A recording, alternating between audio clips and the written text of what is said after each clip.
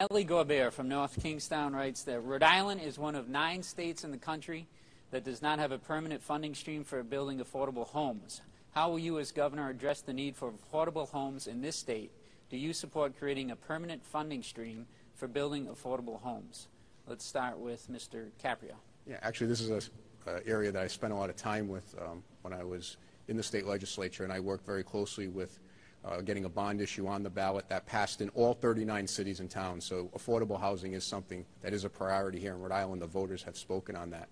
So I believe that if we can't find the money in the budget year in and year out, which I would prefer the way we do it, that we have a longer-term plan, because these are assets that do last for obviously decades, 30 to 50 years, and we could pay them down over time.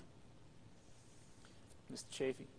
I do believe that the answer to even social issues such as affordable housing is a growing economy. That's really the answer, and I'll put every bit of energy into growing our economy.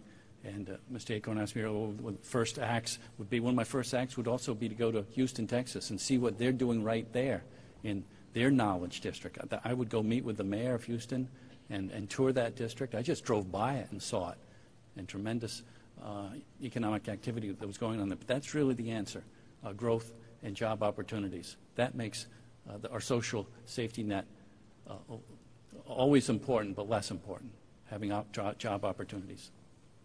Mr. Robitaille. Yeah, I don't need to go to Texas. I just spent some time not too long ago with Rhode Island Housing, and it's remarkable what they're doing in the south and west side of Providence in renovating neighborhoods with very little state funding. It is amazing. If any of you have not gone there, you have to take the tour.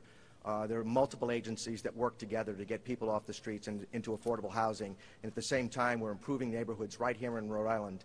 I believe that the state only puts in something like $6 or $7 million. The rest they get from the private sector through investments and bonds, and it is amazing what those folks are doing. So I think we got a good thing going. If we need to bump that up a little bit, I'd be in favor of doing it. Mr. Black. Link, you can come see my high-tech business anytime, and I'll tell you exactly what we have to do to fix things and entice more businesses to come. You know, for me, affordable housing is crucially important, and it does hinge on the economy. And we need to make sure that we pick the right person who ultimately has the plans that can bring the revenues in, expanding our tax base, not by raising taxes, so that we can afford all the different social services programs that desperately need the funding.